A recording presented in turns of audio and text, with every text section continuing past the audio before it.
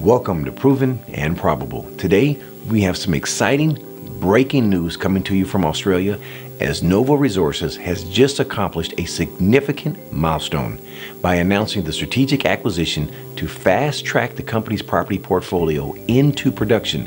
I want to underscore, today's press release is breaking news. Before we begin, as always, I would appreciate if you click the subscribe button and click the bell. Now, on to today's interview. Joining us for a conversation is the chairman and president of Novo Resources, Dr. Quinton Hennigh. Welcome to the show, sir. Thank you, Maurice. What I'd like to have you back on the program today is Novo Resources has just positioned themselves on the fast track to production. Dr. Hennigh, before we begin, please introduce Novo Resources and the opportunity the company presents to the market. You know, it's a very exciting point right now.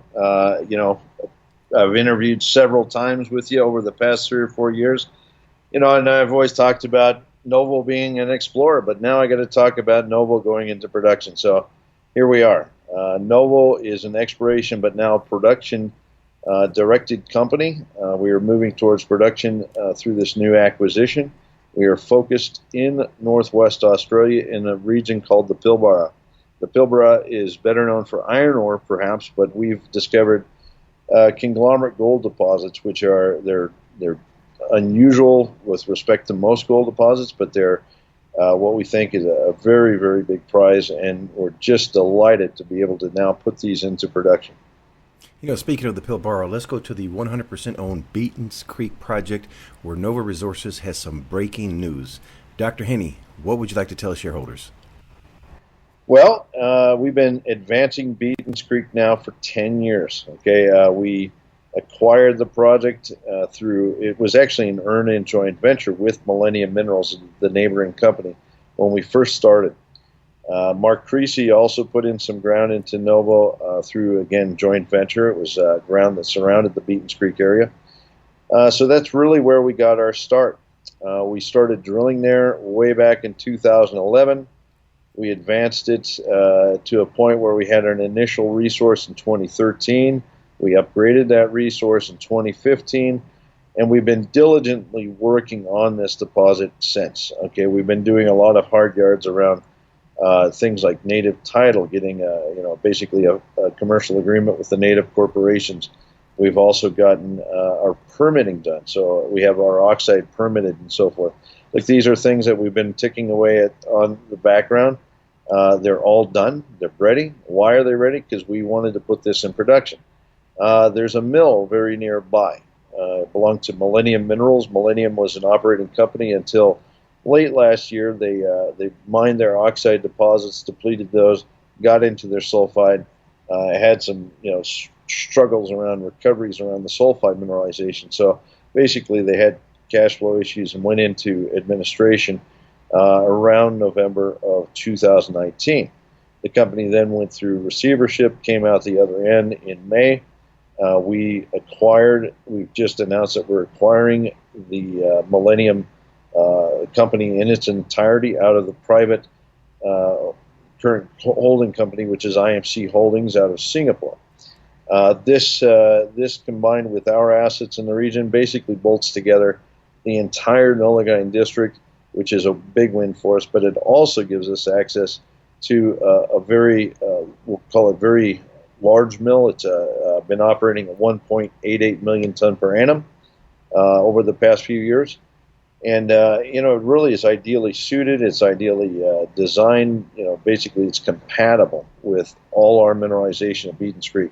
So we're delighted because this gives us a fast track to production.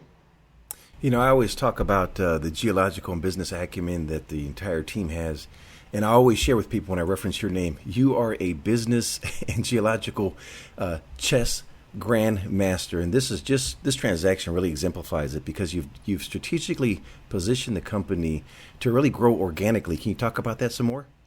Certainly, yeah. Look, that is our chief objective here. Okay, I worked for Newcrest many years ago, and it was a time when the company was just getting started and it grew through organic means. I want to replicate that. That was a fun experience. Love exploration. I love the possibility of and potential of finding more deposits and really moving them towards production. In this case, we're going to use this acquisition as a foundation. This mill has a good capacity. We can use Beatons Creek as a base load, but we have lots of other assets in the immediate region. We also have assets across the greater Pilbara region, as you know. Okay, what does this do for us? Well, it allows us to start tapping some of our existing assets, particularly in the immediate area, and really looking at those as now, more on a production-based schedule. We can start advancing them through the various motions, permitting and so forth that are needed to get them into production. So that's a big win. I mean, that's, basically we're looking at building, a pipeline of deposits we can bring online, keep production going at the mill for many, many years. But the cash flow also allows us to open up other projects. Okay, Egina, for example, we can now fast track through the cash flow that we're deriving from this operation. We can, as people know, the Egina story is basically a gravel at surface. We envision mining it on a continual mining basis, where we basically have machines in the field that mine, process, recover the gold on a continual basis. So this can be fast-tracked now through this cash flow. Things like Karratha, way out in the West Pilbara. Karratha is interesting. It's a conglomerate deposit, very similar to Beatons Creek, but it's got very coarse gold. What do we know about it? We know we can mechanically sort the rock there, upgrade the rock, and produce a very high-grade concentrate. What this mill does gives us a place to put that concentrate. Okay, so we can now turn Karratha into a new producing asset. We, let's say we, scale it at something just hypothetically like 1 million tons a year. I'm not saying that's the number we're picking. I'm just saying for easy math, so people can understand our where we're at mentally around this. 1 million tons can be reduced to maybe 10,000 tons of concentrate, so 100 to 1. And then that concentrate will have a resulting grade that's much, much higher, approximately 100 to 1. All right, so you can then truck that concentrate over to Nullagine, put it through the mill, and you have instant increased gold output. This is a huge win for us. It certainly is. And if you could you somewhat compare and contrast the strategic vision you have in the cash flow versus what this transaction really did to the balance sheet?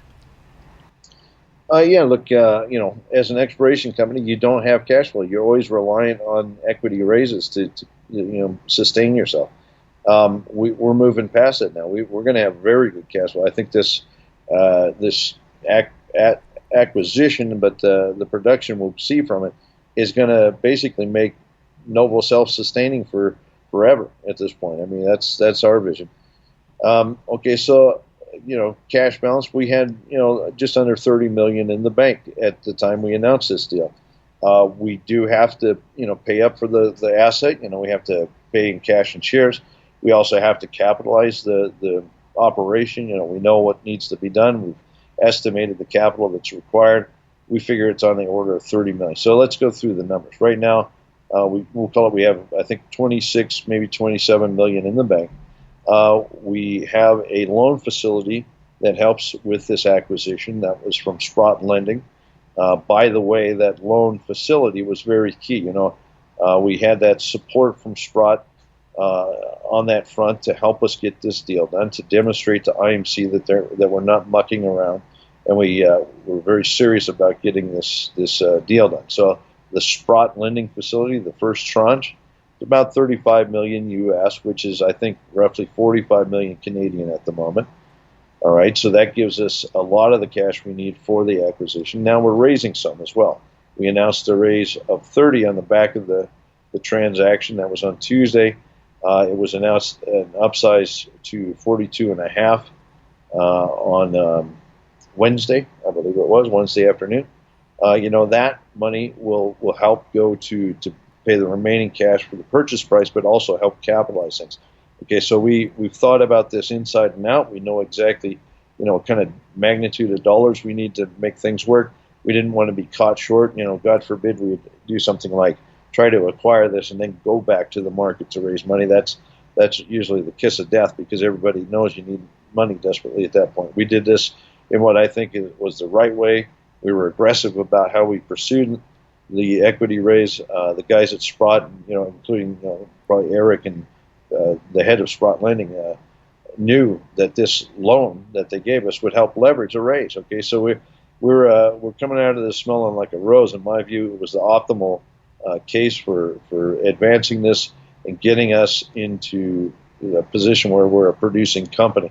One thing, Maurice, that's really important for people to understand, and it's this context that is really where our mind is at. Okay, production companies, they don't just fall out of the sky. Okay, to go from exploration to production, you have to. There's kind of a quantum you have to of money and effort and so forth that you have to get past to make that leap.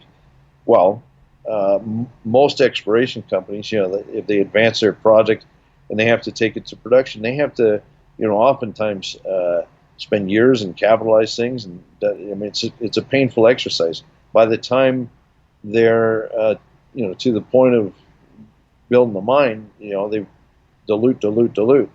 In this case, 15% dilution. Okay, think about that for a minute. Mm-hmm. We're an exploration company. We're making this quantum leap. Both the acquisition and the capital we're raising to get this meet this goal is going to result in something like 15% dilution. I think that's a huge win. I can't think of any exploration company that's actually made this kind of leap for that little that little sacrifice. So I think it's a great outcome. Well, I don't think you're alone. Look at how the market has responded. You start off with $30 million. The market says, no, we want in and we want more. Well, yeah, look, it was encouraging to see that level of support there. We had a lot of existing shareholders show up. I mean, as soon as this deal was announced, Leo and I were getting calls like, hey, you wouldn't believe it. I mean, Leo's phone message or message bank or whatever was full almost instantly. I had probably 200 or 300 emails come in within 2 or 3 hours of the announcement. People interested in helping them with the finance, and we were just busy scrambling, pointing them in the right direction, who to talk to, et cetera. But we got it done. I mean, it was very encouraging to see that level of interest. We got the money in that we need, and I think we'll have a lot of very happy shareholders here when they see how well this story is going to perform. This is going to be. I think this will be one of the lowest cost gold producers in the industry, quite frankly. So, a very good ending. Well, and speaking of that, I had an opportunity to interview a mutual friend of ours, Bob Moriarty, the founder of 321 Gold, and he shared an interview that we just did this week that Novo Resources, in his opinion, is going to be the biggest gold company. That speaks volumes when it comes from Bob, because Bob is if anyone knows Bob, and I know you know Bob, he is a straight shooter. He's a marksman. He's a sniper. Right. And for him to make that comment, that's a tall order, but that's how much confidence he has in what you're doing there. Well, look, Bob's been down to Australia, to the Pilbara, many times now. I think at least 6 times that I can remember. He knows all of the assets. He's been to most of them at least once, if not multiple times. He knows the potential. He's been there from the beginning, and we're very grateful for all the help he's provided. I remember the first time I met Bob was prior to Novo. It was in 2008. It was during the global financial crisis, and I was running a company called Evolving Gold at the time. We had a project in Wyoming. We drove up to Wyoming in the middle of a blizzard. I remember this. Bob is just chattering away the whole way up in the car, and I'm desperately trying not to drive off the highway. But we made it all the way up there. We made it all the way up to the top of the mountain. He looked out the window and he said, "I'm good." We drove all the way back in one day. Yeah, that's Bob. Bob is. Anyway, he came over to the Pilbara, I think in 2009, after I told him about this project. This is before Novo, of course. He actually helped, we'll say, persuade Mr. Creasy to do the deal with us. Bob's been there at every step. He knows the story, the company very well, and he's been a tremendous help. So we're very grateful. Sorry for the interruption, folks, but I do want to remind you, everything we're covering today with Dr. Quinton Hennigh you can find in the description box below. And if you like our content, I would appreciate if you give us a thumbs up. Now, back to the interview. Now, sir, before we leave the Pilbara, do we have an expected timeline on when production will begin on the Beatons Creek? It's a very good question. Okay, so just so people know, we do have, we'll call it our oxide or stage 1 permitted at Beatons Creek. So we've done all that work in the background to make sure that we're ready on our side. What we couldn't advance until we had this acquisition out of the way was the permitting on their side. Okay, so we need to attain permits for disposal of Beatons Creek tailings in the tailings facility, for example. These are formalities. This is not a huge undertaking. It's stuff we have to do. These things are going to take a few months. We call it maybe three or 4 months. So by the end of the year, we expect to have all our permits in hand to go ahead and start processing rock. But in the meantime, because we do have the mining permit, we envision commencing excavation activities within a few weeks after closing the deal. All right, so from right now, the timeline looks like this. We've got probably 3 to 4 week period to close the deal, close the financings, get everything done and dusted.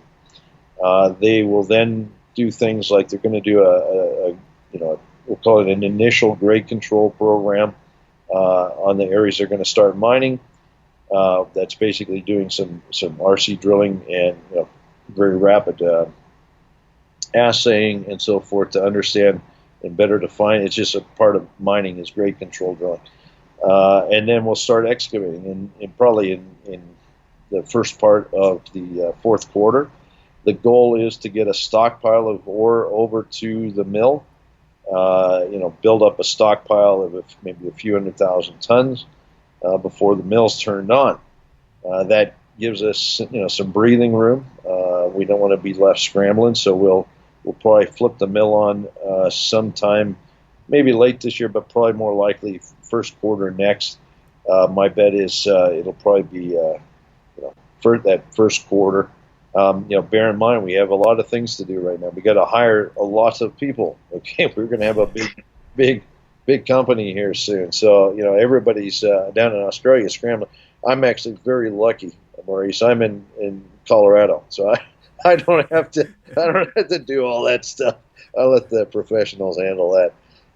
But look, we're quite busy. The other things we've looked at, there's some critical component. I don't mean to ramble on here, but I think it's important stuff for people to understand. Our ore has more gravity gold in it. Okay, so we don't want to just put the rock through and it's with the mill in its current configuration. We want to put a gravity circuit on the front end that's more compatible with the large volume of gravity gold we expect. So we'll put on a beefier gravity circuit. It's not a big dollar item. It's just something that has to get done. It's probably I think $1.5 million or so. We have to do some we'll call it cosmetic work on the mill itself. We have to reline a couple of tanks and stuff. They're looking at haul roads and all these things. Okay, there's a lot of things that have to be ticked off before we get into production. But we'll get there. We got the team to do it. I'm very confident in everyone. We have hired a new GM. Chris Martin is his name. Very well seasoned mining engineer. He has operated many mines. He'll run circles around this. One of the other things that I like to address is this: the water that's needed for processing. Millennium always struggled for water. If you look, they had they started production in 2012. They had very little cash to work with at that time, so they kind of tried to we'll say bootstrap the water situation by drilling water bores, on an as needed basis. But it always kept them off. They were a bit off center. Like they just couldn't keep up with the water demand. We don't want to get in that situation. The ground we picked up from Mark Creasy here recently is actually very critical because that ground, especially the ground to the south, has some rock that we know is highly fractured and has a lot of water in it. What that means is we can now, take the next few months, drill proper bore fields, make sure we have a source of water so we don't have any we don't want to get off on the wrong foot here. We want to have lots of water ahead of us. So there's a lot of things we've been thinking about for many years. Everything we've done is very deliberate, very focused on getting this production in place. We've seen this day coming for a long time, and here we are. Today's press release is a huge, huge feather in your cap. But let's leave Beatons Creek here if we can for a moment. You got a commanding land package of 13,750 square kilometers. Talk to us about the other projects in the property bank. Well, okay, let's talk about the opportunities in the immediate vicinity. First of all, at Beatons Creek itself, now that we have 100% control on the ground surrounding Beatons Creek, through buying out Mark Creasy, his joint venture interest, we can now expand the deposit right there. So that's a huge win. I think we'll be able to grow Beatons Creek dramatically over the next few years. We have other things like we bought Mount Elsie from a private party. That's a gold system that many people have known about for eons. It's right there in the Nullagine camp. It's basically been a stranded asset. We're going to get out there and explore it. I think we'll have, we might find some nice add-ons to this production story. Here's a real win for us. Okay, this is one of the best in terms of just immediate potential. The Golden Eagle deposit, which was Millennium's main pit, and it's right next to the mill. There's an extension of that deposit onto the ground that we bought from Mark Creasy recently. When I say extension, geologically, we see the deposit going over onto this ground. Okay, we think there's a very good chance we can discover oxide resources right there, right next to the mill, that could quickly be developed.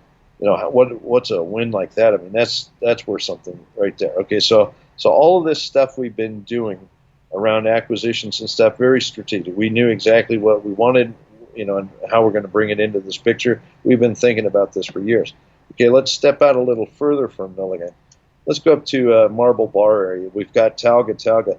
That's a lode system. We've talked about it in the past a few times. It's not been front and center. Obviously, we do conglomerates mainly, but Talga is a very high grade system. We think we can start to develop very quickly as an open pit operation and truck that material down. When I say high grade, I'm talking like 3 to 5 gram kind of stuff in open pit. We might be able to truck that down to Nullagine. Okay, there's a big win. There's things like Contact Creek and Virgin Creek up by Marble Bar, which are conglomerate systems like Beatons Creek. What can we do there? Well, the cash flow helps us advance those more quickly, but we've also been doing the mechanical sorting. We can envision, say, upgrading material from those deposits, like through mechanical sorting, upgrade the gold content, but also decrease the overall volumes we have to deal with, and we can maybe truck that down to the mill. Okay, so those are wins in we'll call it the East Pilbara. Where's the big win? Cash flow for developing the rest of this. We got Egina. Egina, I think, as a standalone project, as we move it forward and it can accelerate over the next few years, I think that's going to be a big, big win. I think that alone is going to be as big or bigger than the Nullagine operation, okay, in terms of gold production and so forth, the meaning to this company. But we can tap things like Karratha. Like I said earlier, we can now look at Karratha as, we'll call it a gravel operation where you mine, crush, screen, sort the material, and you truck it over to Nullagine. All of a sudden we're getting value out of all of these assets. Look, there's more, I'm not, like I said earlier, I'm not looking to just, find a level and stop. I see this as a beginning. Okay, this acquisition is an absolute foundation for the company, and we're going to grow from here. We might even look, Novo's picked up strategic positions in several companies here recently. Why?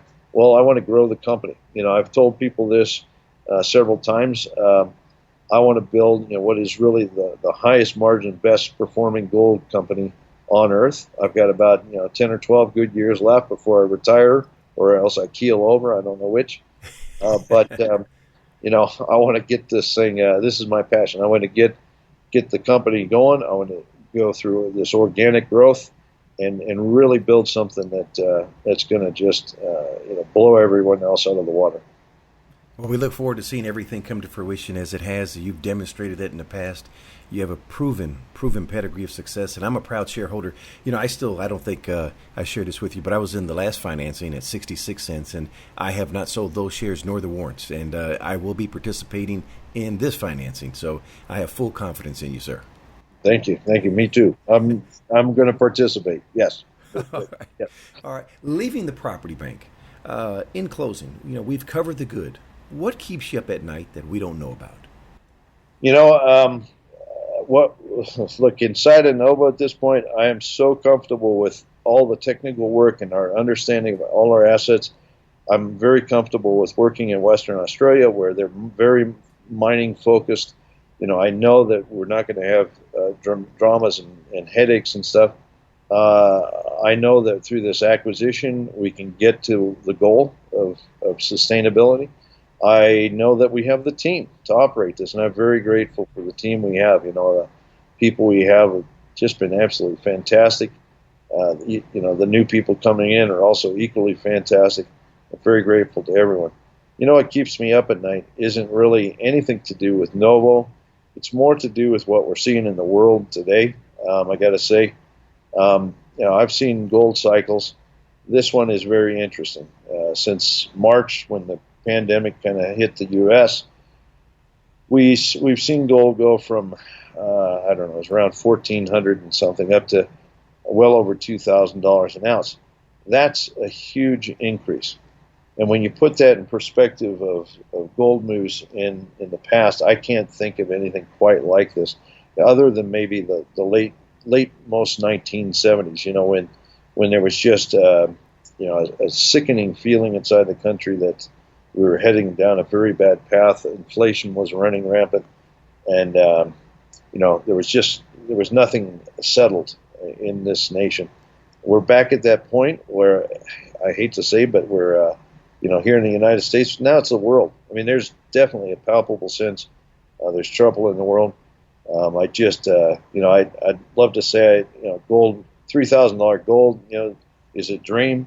It's great for gold mining, I suppose. I don't know. But I'll tell you, I'm not sure any of us want to live in a world when gold's $3,000 an ounce.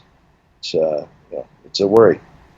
Those are very responsible words, and you and I had that discussion last night about the social impact. Yeah, personally we may benefit, but what about the rest of society for the metal prices to be in that position, if not higher? And we're not here to make a projection on the gold price, but just very responsible words, so I commend you on that. Finally, sir, what did I forget to ask? I guess if there's one thing I'd like to leave people with or frame this whole discussion with, where are we going to be in 10 years? This is the big vision. I guess I touched on it, but if you said, where's Novo going to be in 10 years? There's your question. Okay. I'd like to see us. We don't have to be the biggest gold producer on earth. In fact, I'm appalled to see companies that focus just on volume. I want to be the highest margin gold producer on earth. That's what my vision is. I want to build a company where we're producing gold at a sustainable level for the highest margin we can achieve. Okay, and that's where I think gold mining should focus is the margins. It's not about volume so much as it is the margin, and I want to see us get there.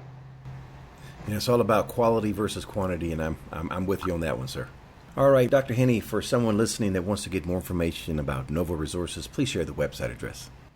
Yeah, we can be found at www.novoresources.com. Dr. Hennigh, it's always a pleasure to have you on the program. Wishing you and Novo Resources the absolute best, sir. Novo Resources is a sponsor of Proven and Probable, and we are proud shareholders for the virtues conveyed in today's message. Novo Resources trades on the TSXV symbol NVO and on the OTCQX symbol NSRPF.